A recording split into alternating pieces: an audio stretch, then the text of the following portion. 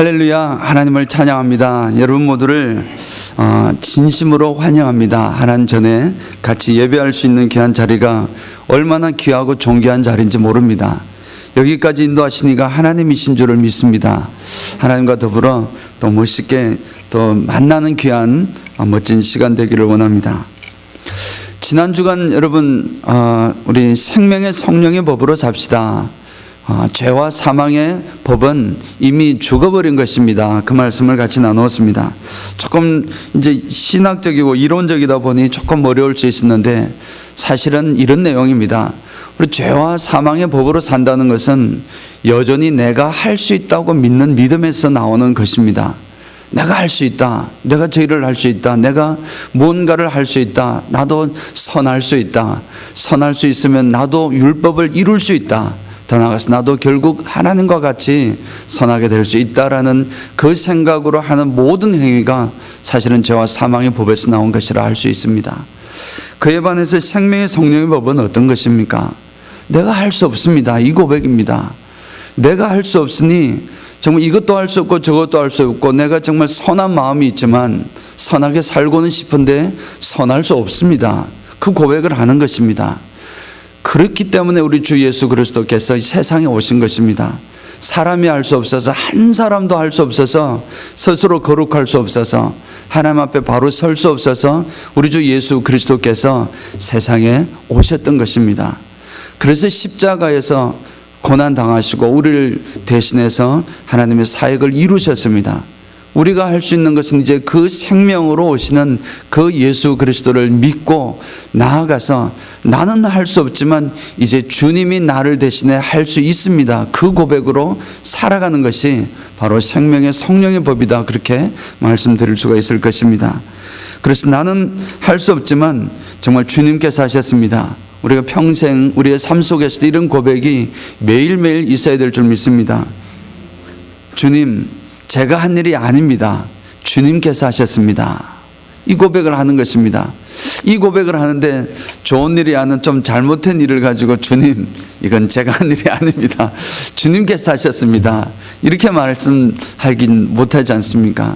정말 세상 삶 속에서 멋지게 내가 대학을 졸업하고 또는 고등학교를 졸업하고 또 어떤 일을 하든지 어떤 일을 정말 하나님 두고 열심히 했는데 그 결과가 너무 아름다운 것입니다. 하나님, 이 정도면 제법 괜찮지요. 그 정도 할 법한 그때에 우리 입술에서 나와야 되는 고백은 주님, 주님께서 일을 하셨습니다. 제가 한 일이 아닙니다. 주님 영광 받아 주십시오. 라고 고백을 하는 그 고백이 우리의 삶으로 풍성해질 때 우리는 생명의 성령의 법에 따라서 살아가는 삶이 될 줄 믿습니다. 그런 우리의 삶이 되시기를 주님의 이름으로 먼저 축원드립니다. 아멘. 자, 그러면 오늘 이제 말씀을 같이 나누기를 원합니다. 오늘은 기도가 정답입니다. 이 제목으로 하나님 말씀을 증거하겠습니다. 이스라엘이라는 나라가 참 어찌 보면 그 개인 나라를 보면 참 기구한 운명의 나라입니다. 하나님의 입장에서 보면은 하나님께서 축복하신 것으로 본다면은 선민이고 축복받은 선택된 백성이었지만 그 나라가 시작된 것은 이제 그냥 부족으로 있다가 다 흩어져 있다가 결국 사울이라는 임금을 통해서 드디어 이 통일 국가 나라가 형성이 되었습니다. 그래서 꿈에도 그리던 나라가 형성이 되었고, 그리고 나서 그 이제 사울이 죽고 다윗이 임금이 되고 다윗의 그 아들 솔로몬이 임금이 되었습니다.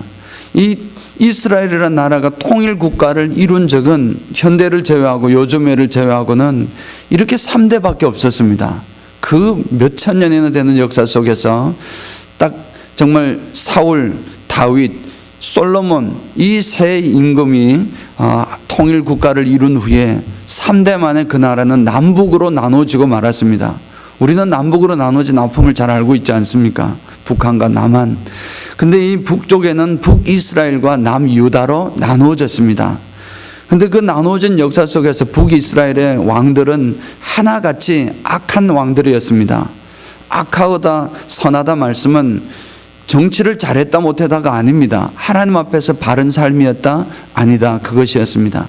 하나님을 제대로 섬긴 왕들이 하나도 없었습니다. 남유다는 예루살렘 중심으로 하나님의 율법과 하나님의 성전을 중심으로 그래도 연약했지만 그 나라가 이어져 나아갔습니다.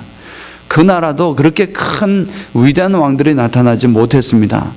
그런데 그 가운데 3명의 성군이 있었습니다. 그래도 다윗과는 같지 못하지만 다윗과 같은 걸출한 왕, 다윗이 업적이 위대하다는 말이 아닙니다. 그것은 다윗처럼 하나님만을 섬기고 하나님만을 의지했던 그런 왕을 지금 일컫는데, 그 3사람이 바로 여호사밧 왕이라는 사람이 있었고, 또 오늘 본문에 나오는 이제 히스기야라는 왕이 있습니다. 그리고 히스기야의 손자가 되는 요시야 왕이 있습니다. 이 3 왕을 통해서 이제 그래도 남유다가 나라가 적어도 300년 이상 동안 지속이 되었습니다. 그 시작되는 동안 3 왕이 그래도 하나님 앞에 바로 섰던 왕들이었고, 근데 그런 300년의 긴 역사 속에서도 정말 하나 멋있는 그런 일들이 그렇게 드러나지 않았는데, 오늘 그 중에서 아주 유명한 사건이자 또 히스기야라는 왕, 이 걸출한 왕을 통해서 하나님께서 역사하시던 일이 기록되어 있습니다.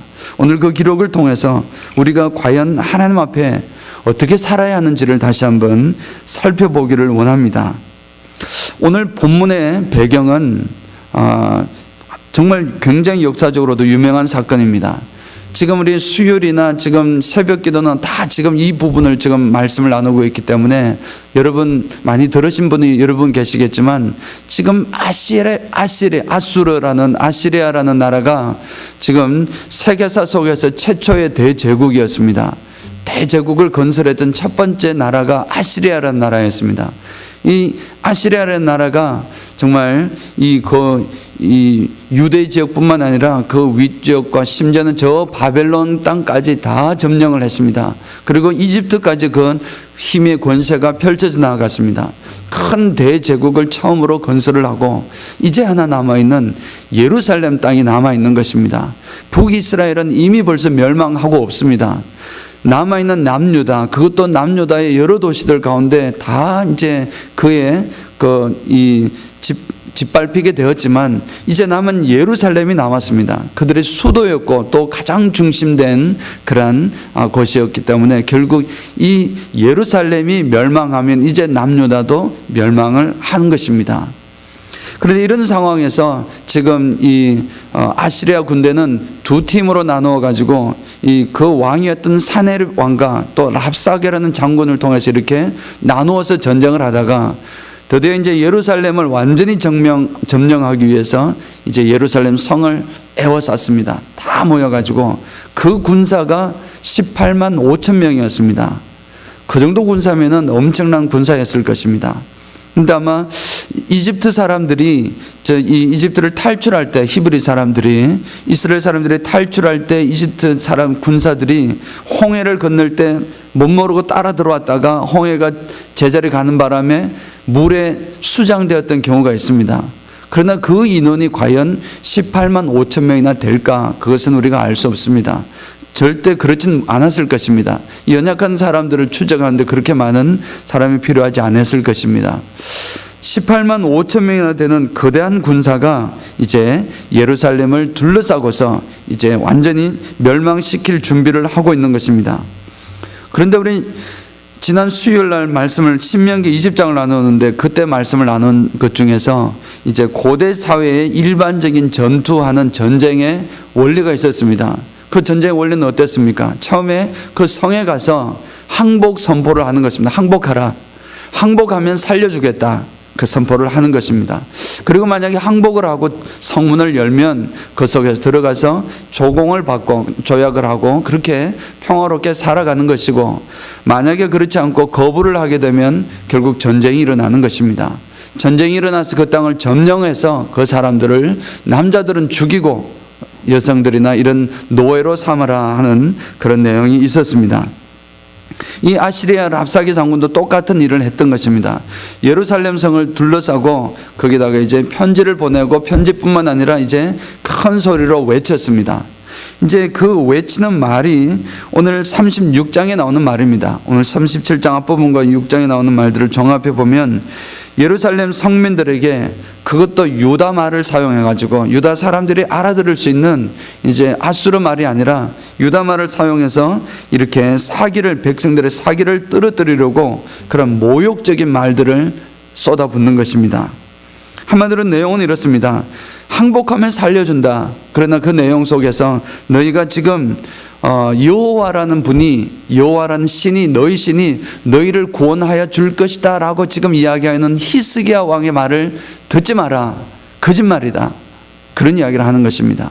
그러면서 어느 신들이 지금까지 우리 아수르 군대가 이 수많은 나라들, 민족들을 다 점령했는데 그 신들이 다 그렇게 이야기를 했지만 어느 신들이 저들의 백성들을 구원한 적이 있느냐?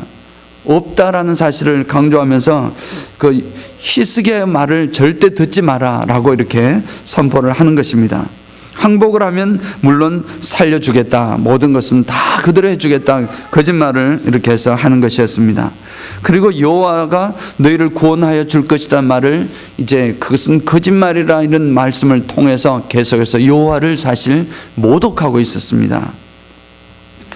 자, 여기서 이제 히스기야 왕, 우리가 성군이라고 이야기하는 히스기야 왕이 이 국가의 전망에 정말 풍전등화와 같은 이 역사적인 이 나라가 이제 이 18만 5천 되는 엄청난 군대가 예루살렘 성 밖에 남지 않았는데 이제 이것이 무너지면 나라가 사라져버리는 그런 위기에 직면했을 때 과연 그는 무엇을 바랐을까? 무엇을 바라보았을까? 우리 지난 수요일 날에도 우리 이 신명기 20장을 통해서 모세가 이스라엘 백성들에게 부탁을 했던 내용이 있었습니다. 그 내용이 바로 우리 성경 잠깐 한번 보겠습니다. 신명기 20장 1절 같이 한번 읽어보겠습니다. 시작. 내가 나가서 적군과 싸우려 할 때에 말과 병거와 백성이 너보다 많음을 볼지라도 그들을 두려워하지 말라. 애굽 땅에서 너를 인도하여 내신 내 하나님 여호와께서 너와 함께 하시느니라. 아멘. 말과 병거와 백성이 너보다 많다. 전쟁은 진다는 것이죠. 그거 보지 말라는 것입니다. 모세를 통해서 하나님께서 이스라엘 백성들에게 앞으로 이제 가나안 땅 정복 전쟁을 하게 될 텐데 너보다 훨씬 많은 군대와 군사와 많은 장비들을 가지고 있을 것이다. 그러나 그것을 보지 말라는 것입니다. 누구를 보라는 말씀입니까? 여호와 하나님을 보라는 말씀입니다. 하나님께서 우리를 지켜주실 뿐만 아니라 지금까지 이 이집트 땅에서 탈출할 때 어떻게 했는지, 그리고 40년 광야 속에서 어떻게 너희들을 지켰는지 그 하나님을 기억하라는 것이고 그 하나님을 바라보라는 것입니다. 대적을 보지 말고 여호와를 바라보자. 모세가 했던 말씀이었습니다. 자, 그런 말씀을 주셨는데 이 히스기야 왕은 거의 한 400년 가까이는 더 지난 이후입니다. 400년도 더 지난 500년이 지난 이후입니다. 이 히스기야 왕이 이 국가의 전망의 위기에 처했을 때에 과연 그가 어떻게 했습니까? 그는 바로 오늘 우리 성경 본문 말씀을 읽는 대로 하나님을 바라보았던 것입니다. 하나님을 바라보았습니다. 만약에 여러분 같으면 어떻겠습니까? 나라가 지금 내가 대통령인데 아니면은 왕인데 지금 큰 나라가 침범을 했고 이미 문 앞까지 와 있습니다. 그럼 여러분 이 위기에 어떻게 해야 되겠습니까? 항복 요구 문서가 지금 나에게 왔습니다. 어떻게 해야 되겠습니까? 당연히 우리는 어전회의, 국무회의를 소집을 해야 될 것입니다. 장관들 다 모으고 모든 중요한 사람들 다 모여가지고 이거 두고 이거 어떻게 해야 되느냐, 우리가 항복을 해야 사느냐 아니면 끝까지 죽더라도 싸우냐 하느냐, 그걸 의논해야 되지 않겠습니까? 히스기야가 위대한 점은 바로 이곳에 있었습니다. 히스기야는 그런 국무회의를 소집한 것이 아니었습니다. 그 편지를 받아들였을 때 그걸 들고 그대로 들고 어디로 올라갔습니까? 여호와의 전에 올라갔더라. 그렇게 말씀을 하고 있습니다. 문제가 있을 때 그는 상대를 바라본 것이 아니라 하나님을 바라본 것이었습니다. 하나님을 바라본다는 것이 무슨 말씀입니까? 여러분, 문제가 있을 때 하나님 바라본다는 말씀 무슨 말씀입니까? 하나님 앞에 나가서 기도했다는 것입니다. 하나님, 문제가 있습니다. 하나님 어떡할까요? 하나님 앞에 기도했던 것입니다. 근데 이게 우리가 이 문제가 있을 때, 그것도 큰 문제가 있을 때 상대를 바라보지 않고 하나님을 바라보는 것 보아야 합니다. 알고 있습니다. 여러분 혹시 여기서 이거 모르고 계신 분 여기 계십니까?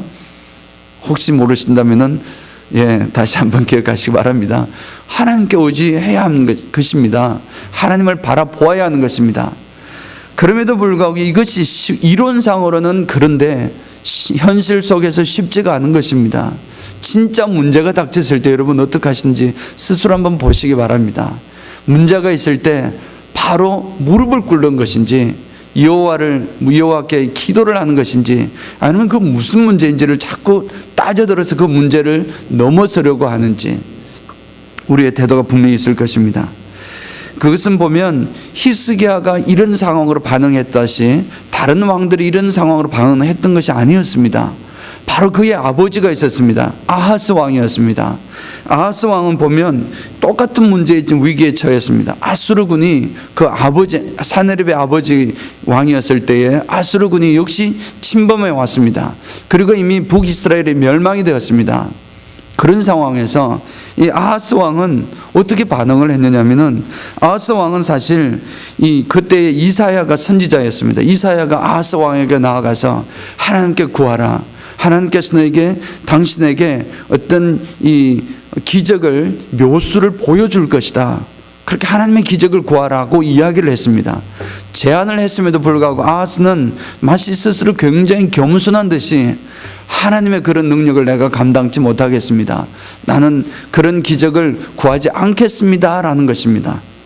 그것은 겉으로는 외형적으로 이런 모습으로 나타나지만 속마음은 여호와에 대한 신뢰가 없었던 것입니다. 여호와에 대한 믿음이 없었던 것입니다.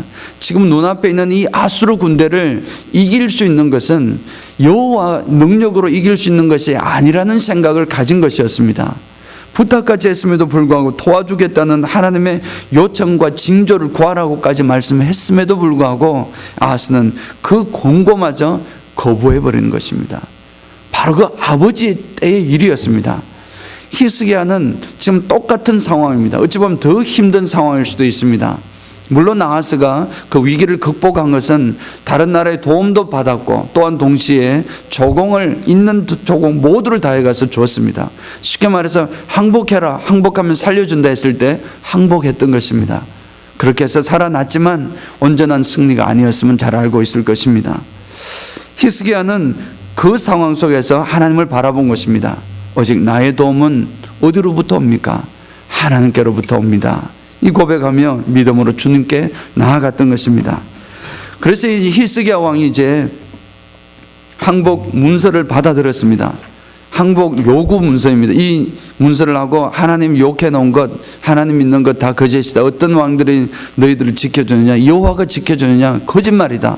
그 문서가 말된 그 문서를 하는 이 히스기야 왕이 딱 받아들고 이것을 읽고 그걸 그대로 들고서 어디로 올라갔습니까? 자기 왕궁에서 나와가지고 성전으로 하나님의 전으로 올라갔습니다. 그리고 하나님 전에 앞에 딱 놓고 하나님께 기도했습니다. 그것이 그 유명한 오늘 읽었던 히스기야의 기도입니다. 히스기야의 기도가 그렇게 이루어졌습니다. 자, 그래서 이제 나아갔을 때에 국가 비상 소집을 한 것이 아니라 회의를 소집한 것이 아니라 여호와께 나아갔던 이 히스기야, 그래서 하나님께서 기도를 응답해 주셨는데 그 응답해 주셨던 그 원인을 몇 가지를 살펴보도록 하겠습니다. 처음에 히스기야가 처음으로 했던 일은 그 편지를 받아들고 처음으로 그 항복 요구 문서를 받아들고 여호와의 전으로 올라갔다는 데 굉장한 의미가 있습니다. 바로 하나님을 바랐다는 것인데 구약시대에는 어디에서 기도를 했습니까? 구약시대는 당연히 어디에서 기도했습니까? 강순자 집사님 어디에서 기도했습니까? 성전에서 기도했습니다. 강순자 집사님 성경을 너무너무 잘 맞추시는데 성전에서 기도했습니다. 성전에서 여호와의 성전에서 이렇게 기도를 했습니다. 예루살렘에 있는 성전에서 기도를 했습니다. 그리고 유대 남자들은 1년에 세 절기는 기본이고 그 이후에도 많은 절기 때에 이렇게 여호와의 전에 직접 나와서 하나님 앞에 하나님을 만나고 하나님께 기도를 올렸던 것입니다. 만약에 예루살렘에서 멀리 떨어져 있는 곳에 살고 있었을 때는 성전을 향하여 기도를 했던 것입니다. 여러분 잘 아시다시피 모세도 회막에 가서 기도를 했습니다. 그것은 여호와의 성전을 성막이었고 그곳이 성막이 곧 성전이었습니다. 성전에 가서 하나님께 기도했음을 보여주고 있고, 또 그 이후에 바벨론으로 끌려갔던 이 다니엘도 예루살렘을 향해서 창문을 열고 하루에 3번 기도했다는 것 여러분 잘 알고 계시지 않습니까? 느헤미야도 마찬가지였습니다. 느헤미야도 이 수사에서 있다가 그곳에서 이제 예루살렘을 보고 기도를 했던 것입니다. 그런 것을 볼 때 이제 성전에 올라가서 기도한 것이 굉장히 중요한 의미를 가지고 있습니다. 물론 예루살렘에만, 지금 신약시대에는 예루살렘만 거룩한 성전이 아닙니다.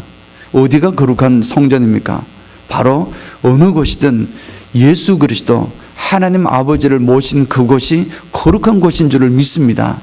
그러니 우리가 만약에 우리 마음속에 하나님을 영접하고 하나님을 모시고 내 속에 그리스도의 영이 거주하신다면 우리가 가는 곳마다 성전인 것입니다. 거룩한 곳인 것입니다. 그래서 사람들이 이렇게 이야기할 때가 있습니다. 때로는 이렇게 이야기합니다. 새벽 기도회나 금요 기도회나 또는 수요 기도회나 예배나 이런 것 할 때 꼭 교회 나와서 해야 됩니까? 그렇게 질문을 할 수가 있습니다. 어떻게 할까요? 꼭 교회 나와서 해야 되나요?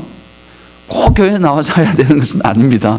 왜냐하면 몸이 아프거나 또는 몸이 불편하거나 또는 먼 곳에 출타해 있거나 또는 여러 가지 시간상 스케줄상으로 맞지 않는 경우도 있습니다. 그런 여러 가지 경우 속에서는 당연히 그 자리에서 기도하는 것이 옳습니다. 그럼에도 불구하고 우리는 성전을 중시해야 되는 것은 분명합니다. 하나님의 성전을 중시해야 되는 것이 분명하다는 것입니다. 당연히 교회에 나와서 하는 것은 나와야 하는 것이 먼저 우선순위를 가져야 하는 것입니다. 왜 그렇습니까?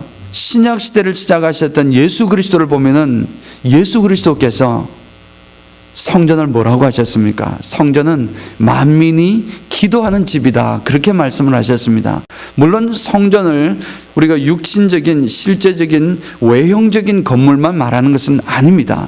그래서 그것은 우리가 늘 같이 생각을 해야 되겠지만, 그럼에도 불구하고 예수님께서는 성전을 보시고 이것을 기도하는 집이라 하시며 장사치들을 쫓아내시고 그것에 청결케 하셨던 곳이 성전이었고, 또 스스로가 성전이심을 말씀을 하셨던 것입니다.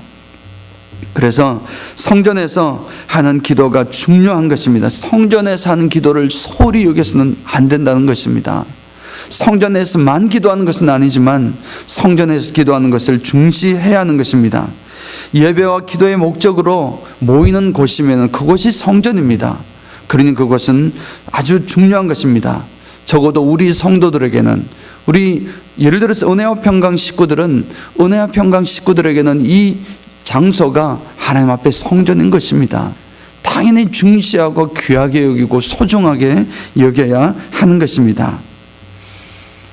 오늘 히스기야의 기도가 하나님께 응답되어 놀라운 역사를 이루어진 것인데, 그 이루어진 것의 뿌리가 그의 성전을 중시하는 그의 태도에 있다라고 첫 번째 이유를 발견할 수가 있습니다. 그는 성전을 중시했던 것입니다. 우리 마음의 성전인 육체적인 성전만 말하는 것은 아니지만 분명히 그것도 포함되는 것을 우리가 기억해야 될 것입니다. 과거에 우리 교회들, 한국교회에서 오랜 신앙생활 하신 분들은 기억하실 것입니다. 교회 주보 앞에 항상 이렇게 써놨습니다.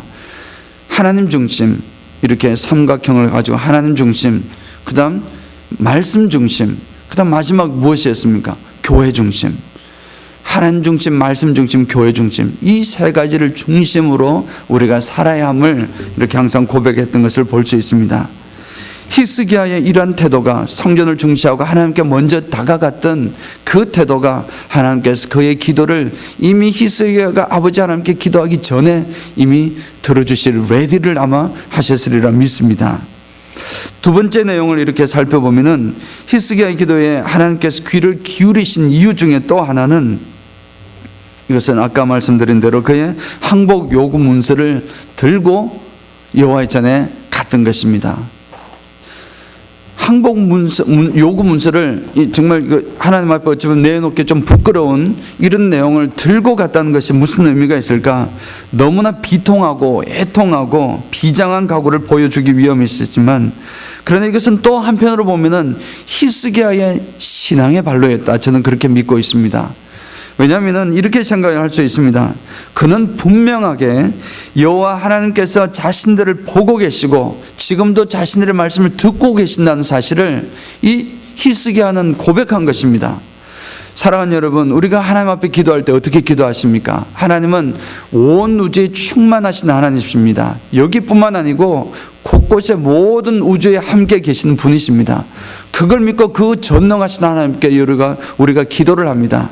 그러나 정말 우리가 하나님 앞에 기도할 때는 그 하나님께서, 내가 지금 기도하고 있는 그 대상이신 하나님께서 지금 이 자리에 이곳에 함께 보고 계시고 듣고 계시다는 사실을 믿음으로 나아갈 때 하나님께서 들어주시는 것입니다. 이 히스기야는 이걸 들고 가신 것, 하나님 이거 보십시오 라고 보여주는 것입니다. 하나님께서 그래서 뚜뚜뚜 해서 이렇게 이 글자를 쫙 읽으시고, 그렇게 읽으시고 그것을 그렇게 했구나, 그렇게 하셔야 아는 것이 아닙니다. 하나님은 다 아십니다. 그럼에도 불구하고 이 히스기야는 하나님께서는 분명히 이 자리에 함께 계시고 지금 이것을 보여주시면 보시는 하나님이시라는 사실, 바로 앞에 함께 하시는 대상이 있다는 사실을 믿고 기도했던 것입니다. 그 기도가 하나님께서는 너무나 기쁘시게 받아주신 줄을 믿습니다. 우리는 때로 눈에 보이지 않는다고 해서 하나님을 다 믿습니다. 다 믿지만 눈에 보이지 않는다고 해서 안 계신 것처럼 착각할 때가 얼마나 많은지 모릅니다. 하나님은 여전히 살아계시고 지금도 역동적으로 움직이고 계신데 지금도 우리와 함께 하신다는 사실을 우리는 늘 기억해야 할 줄 믿습니다. 그러한 믿음의 기도로 나아갈 때 우리 하나님께서는 들어응답해 주셨던 것입니다. 히스기야 기도를 왜 안 들어주시겠습니까? 어떤 목사님은 공식적인 회의석상에서, 한번 우리 컨시스토리에도 말씀을 드렸던 내용이지만, 이제 공식적인 회의석상에서 반드시 회의의 의장 자리나 중간 자리를 딱 한 공석으로 비워 놓는 것입니다. 그리고 그 한 의자를 비워 놓고 그 자리가 바로 예수님의 자리다, 우리 눈에는 보이지 않지만 이곳에 같이 계신다. 그래서 그 예수님 앞에서, 예수님이 이 회의의 주제가 되시고 이 중심이 되시니 예수님 앞에서, 하나님 앞에서 우리가 인정하고서 회의를 합시다, 그런 고백으로 한다고 하는 것입니다. 참 어찌 보면은 형식적으로 보여주는 것이지만 그것도 바른 것이다 생각을 할 수 있습니다. 이렇게 히스기야는 완전한 믿음이 있었습니다. 내가 지금 하나님 앞에 외치면 하나님께서 반드시 들으신다는 것, 그리고 내놓으면 하나님께서 보신다는 것을 믿고 나아갔을 때에 그 기도를 하나님께서 들어주셨던 것입니다. 자, 그러면 히스기야가 이렇게 온전한 태도로 하나님 앞에 나아가서 간절한 기도를 했는데 그 기도의 내용을 잠깐 보도록 하겠습니다. 자세히 보지 못하지만 그 내용을 보면 이렇습니다. 가장 먼저 이 히스기야가 하나님 이제 보십시오 하라고 이제 하나님 앞에 기도한 내용이, 주님은 존귀하신 이스라엘의 하나님으로서 온 우주를 다스리는 분이십니다. 그리고 오직 주님만이 참 창조주이십니다.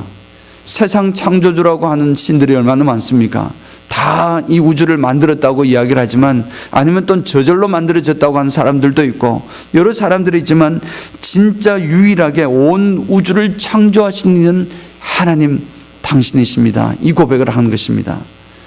여러분 같으면 어떻겠습니까? 저도 이 말씀을 준비해서 뜨끔했습니다.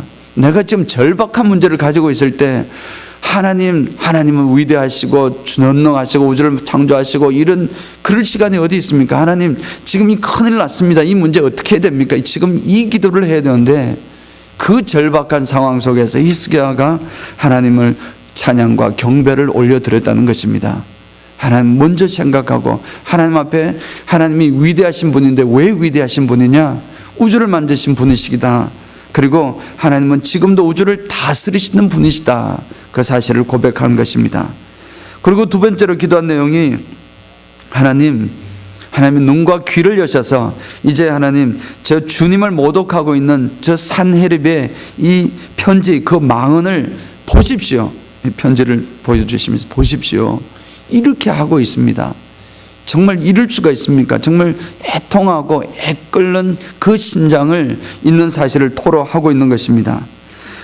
그런 기도를 하면서 계속 연결이 되는 것이, 실제로 아시리아 왕들은 여러분 우리도 아시다시피 하나님도 이미 아시겠지만 실제로 아시리아 왕들은 실로 여러 나라와 땅을 마구 짓밟았습니다. 그리고 그 신들을 그 나라들이 섬기는 신들을 다 불태워 버렸습니다. 다 던져서 불태워 버렸습니다. 어느 한 나라가 저들을 구원할 수 있던 것은 하나도 없습니다. 그 사실을 이야기한 다음에 진짜가 나오는 것입니다. 그런데 저들은 참 신이 아닙니다. 저들은 돌과 나무에 지나지 않은 것입니다. 돌과 나무에 지나지 않은 것이 저 힘 있는 아수르로부터 구원할 수 있겠습니까? 당연히 안 되죠. 그러나 주님만이 참 신이십니다. 주님만이 참 하나님이십니다. 아멘. 이 고백을 또 드린 것입니다. 이 고백을 하나님 앞에 올려드렸습니다. 주님만이 참 하나님이십니다. 주님만이 참 신이십니다. 그 다음에 비로소 이제 히스기야는 하나님 앞에 자신의 기도 제목을 이야기를 합니다. 하나님, 주 여호와 하나님, 우리를 구원하여 주십시오. 우리를 구원하여 주십시오. 지금 나라가 풍전등화에 있습니다. 우리를 구원하여 주십시오. 라는 그 내용을 말씀을 드리는 것입니다. 그래서 그것보다 더 중요한 그 다음에 말씀으로 맺은 종지에 나옵니다. 그래서 세상이 주님만이 참 신이다, 주님만이 참 하나님이시다라는 사실을 알게 하여 주십시오. 세상 만민이 하나님이 참 신을 알게 하여 주십시오. 그는 이 히스기야는 하나님께 아수르의 위험으로부터 그의 나라와 그를 구원해 달라고 기도를 하지만 기도할 때조차도 그의 관심은 오직 하나님께 있었습니다. 하나님의 영광이 있었고 하나님께 있었습니다. 나의 문제가 아니라 하나님께 있었음을 우리 기억해야 할 것입니다. 이 문제를 알면서도 그는 이 나를 구원하여 주시는데 그 구원하여 주시는 그 나를 구원하고 안 하고가 문제가 아니라 하나님의 영광이, 하나님께서 살아계심을 온 세상 사람들로 하여금 다 깨닫고 알도록 그렇게 해달라는 말씀입니다. 그래서 아마 이런 마음이 있었을 것입니다. 내가 다른 것은 다 참아도 하나님 이름이 망령되이 저 사람의 입에서 망령되이 일컬어지는 것, 저건 정말 못 참겠습니다. 하나님 살아계신 거 보여주십시오.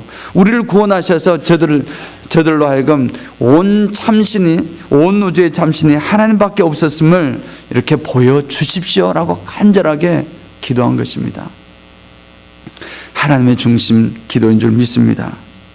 이렇게 이 히스기야의 기도는 철저하게 하나님 중심의 기도를 보여주었던 것입니다.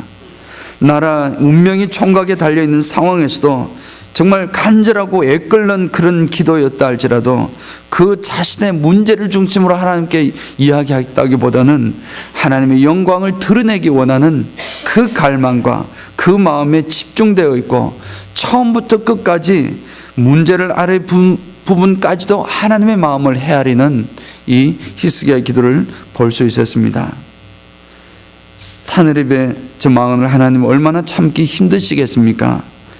아시리아가 지금까지 행해왔던 사실을 진술을 하면서도 주님만이 참 신이심을 분명하게 선포를 했고 또 심지어 우리를 구원하여 주옵소서라고 탄식하고 탄원할 때조차도 하나님의 이름이 손상되지 않도록 하나님의 영광이 드러날 수 있도록 우리를 구원하여 주십시오라고 기도했던 것입니다. 온통 하나님 중심이었습니다. 참 지혜로운 기도였고 참 아름다운 기도였습니다. 만약에 여러분들이 하나님이시라면 이 기도 들어주시지 않겠습니까? 정말 죄송하지만 제가 하나님이라도 들어주고 싶었습니다. 하나님께서 이 기도에 응답해 주셨습니다. 그분의 응답은 사실 지금 이 상황이 아침인지 오후인지 저녁 때인지는 알 수 없지만 그러나 아마 저녁 때쯤 될 수도 있었을 것입니다.